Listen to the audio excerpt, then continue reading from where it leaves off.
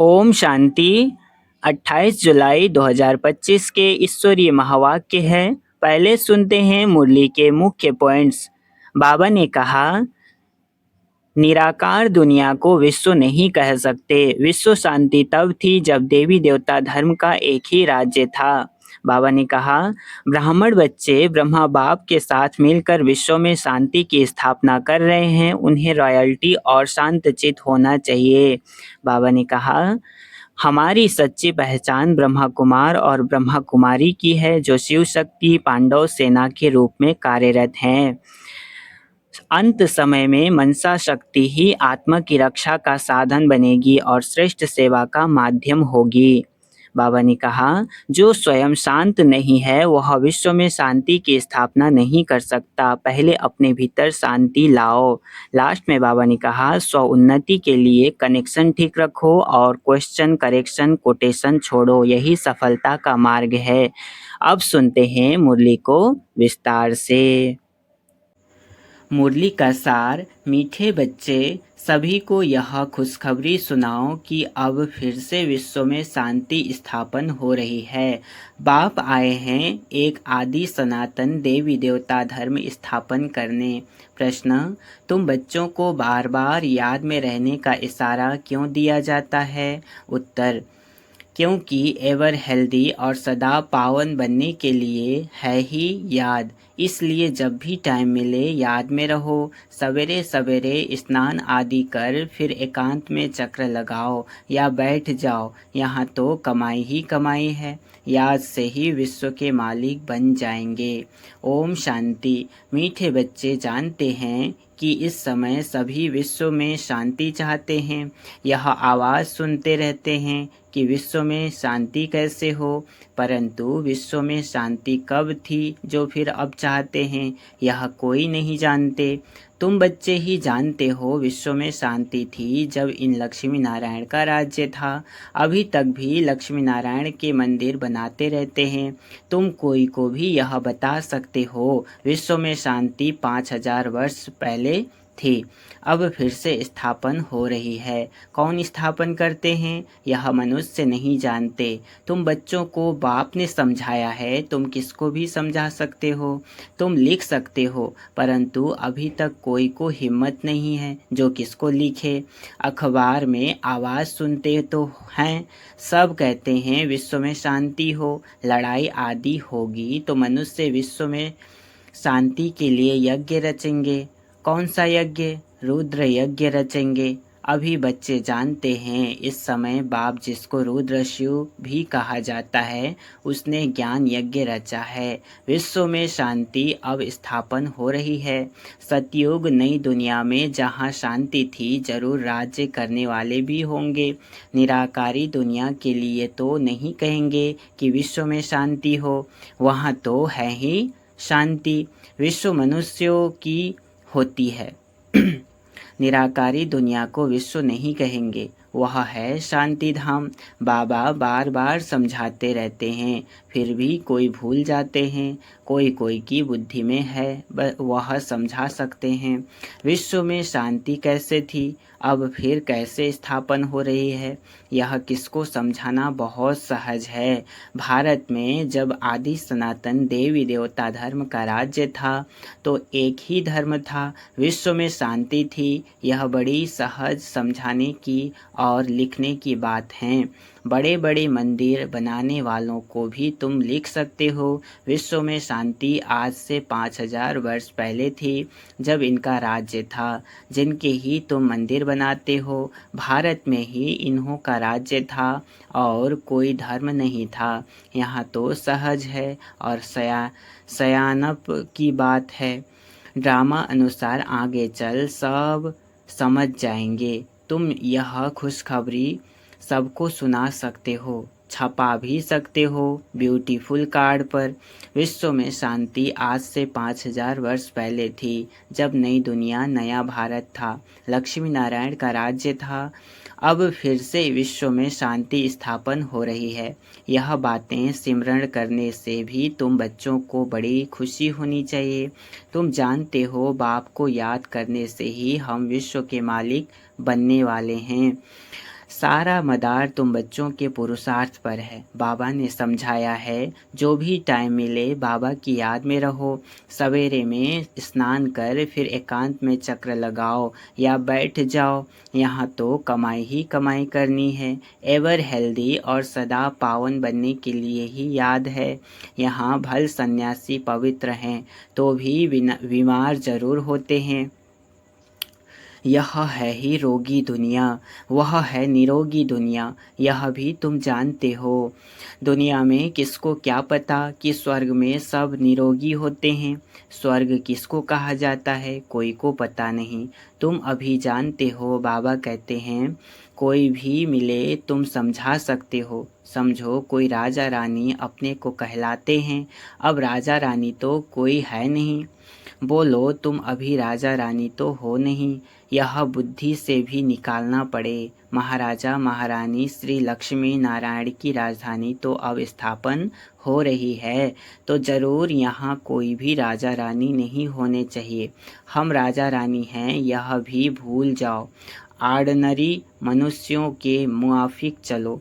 इन्हों के पास भी पैसे सोना आदि रहता तो है ना। अभी कायदे पास हो रहे हैं यह सब ले लेंगे, फिर कॉमन मनुष्यों के मुआफिक हो जाएंगे। यह भी युक्तियाँ रच रहे हैं। गायन भी है ना, किसकी दबी रहे धूल में किसकी राजा खाए। अब राजा कोई की खाते तो नहीं हैं, राजाएं तो हैं ही नहीं, प्रजा ही प्रजा का खा रही है। आजकल का राज्य बड़ा वंडरफुल है। जब बिल्कुल राजाओं का नाम निकल जाता है तो फिर राजधानी स्थापन होती है। अभी तुम जानते हो हम वहाँ जा रहे हैं जहाँ विश्व में शांति होती है ही सुखधाम, सतो प्रधान दुनिया। हम वहाँ जाने के लिए पुरुषार्थ कर रहे हैं। बच्चियाँ भभके से बैठकर समझाएं, बाहर का सिर्फ आर्टिफिशियल भभका नहीं चाहिए। आजकल तो आर्टिफिशियल भी बहुत निकले हैं ना। यहाँ तो पक्के ब्रह्मा कुमार कुमारियाँ चाहिए। तुम ब्राह्मण ब्रह्मा बाप के साथ विश्व में शांति की स्थापना का कार्य कर रहे हो। ऐसे शांति स्थापन करने वाले बच्चे बहुत शांत चेत और बहुत मीठे चाहिए, क्योंकि जानते हैं हम निमित्त बने हैं विश्व में शांति स्थापन करने। तो पहले हमारे में बहुत शांति चाहिए। बातचीत भी बहुत आहिस्ते आहिस्ते बड़ी रॉयल्टी से करनी है। तुम बिल्कुल गुप्त हो। तुम्हारी बुद्धि में अविनाशी ज्ञान रत्नों का खजाना भरा हुआ है। बाप के तुम वारिस हो ना। जितना बाप के पास खजाना है तुमको भी पूरा भरना चाहिए। सारी मिल्कियत आपकी है, परंतु वह हिम्मत नहीं है तो ले नहीं सकते। लेने वाले ही ऊंच पद पाएंगे। कोई को समझाने का बड़ा शौक चाहिए। हमको भारत को फिर से स्वर्ग बनाना है। धंधा आदि करते साथ में यह भी सर्विस करनी है। इसलिए बाबा जल्दी जल्दी करते हैं, फिर भी होता तो ड्रामा अनुसार ही है। हर एक अपने टाइम पर चल रहा है। बच्चों को भी पुरुषार्थ करा रहे हैं। बच्चों को निश्चय है कि अभी बाकी थोड़ा समय है। यह हमारा अंतिम जन्म है, फिर हम स्वर्ग में होंगे। यह दुखधाम है, फिर सुखधाम हो जाएगा। बनने में टाइम तो लगता है ना। यह विनाश छोटा थोड़े ही है। जैसे नया घर बनता है तो फिर नए घर की ही याद आती है, वह है हद की बात। उसमें कोई संबंध आदि थोड़े ही बदल जाते हैं। यह तो पुरानी दुनिया ही बदलनी है। फिर जो अच्छी रीति पढ़ेंगे वह राजाई कुल में आएंगे, नहीं तो प्रजा में चले जाएंगे। बच्चों को बड़ी खुशी होनी चाहिए। बाबा ने समझाया है, 50-60 जन्म तुम सुख पाते हो। द्वापर में भी तुम्हारे पास बहुत धन रहता है। दुख तो बाद में होता है। राजाएं जब आपस में लड़ते हैं, फूट पड़ती हैं, तब दुख शुरू होता है। पहले तो अनाज आदि भी बहुत सस्ते होते हैं, फैमन आदि भी बाद में पड़ती है। तुम्हारे पास बहुत धन रहता है। सतो प्रधान से तमो प्रधान में धीरे धीरे आते हो, तो तुम बच्चों को अंदर में बहुत खुशी रहनी चाहिए। खुद को ही खुशी नहीं होगी शांति नहीं होगी तो वह विश्व में शांति क्या स्थापन करेंगे। बहुतों की बुद्धि में अशांति रहती है। बाप आते ही हैं शांति का वरदान देने। कहते हैं मुझे याद करो तो तमो प्रधान बनने कारण जो आत्मा अशांत हो पड़ी है वह याद से सतो प्रधान शांत बन जाएगी।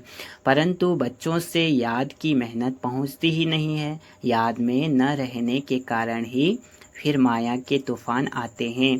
याद में रहकर पूरा पावन नहीं बनेंगे तो सजा खानी पड़ेगी, पद भी भ्रष्ट होगा। ऐसे नहीं समझना चाहिए स्वर्ग में तो जाएंगे ना।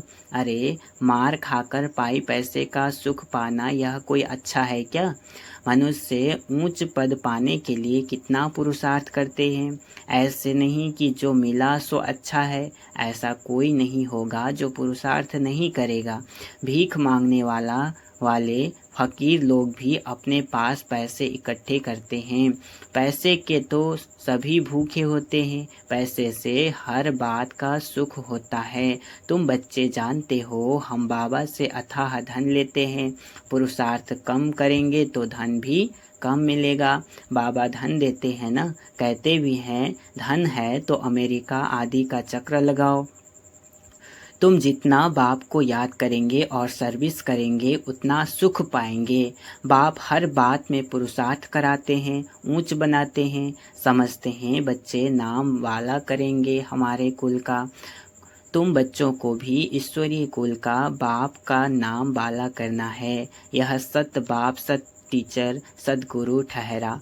ऊंचते ऊंच बाप ऊंचते ऊंच सच्चा सदगुरु भी ठहरा। यह भी समझाया है कि गुरु एक ही होता है, दूसरा न कोई। सर्व का सद्गति दाता एक, यह भी तुम जानते हो। अभी तुम पारस बुद्धि बन रहे हो, पारसपुरी के पारसनाथ राजा रानी बनते हो।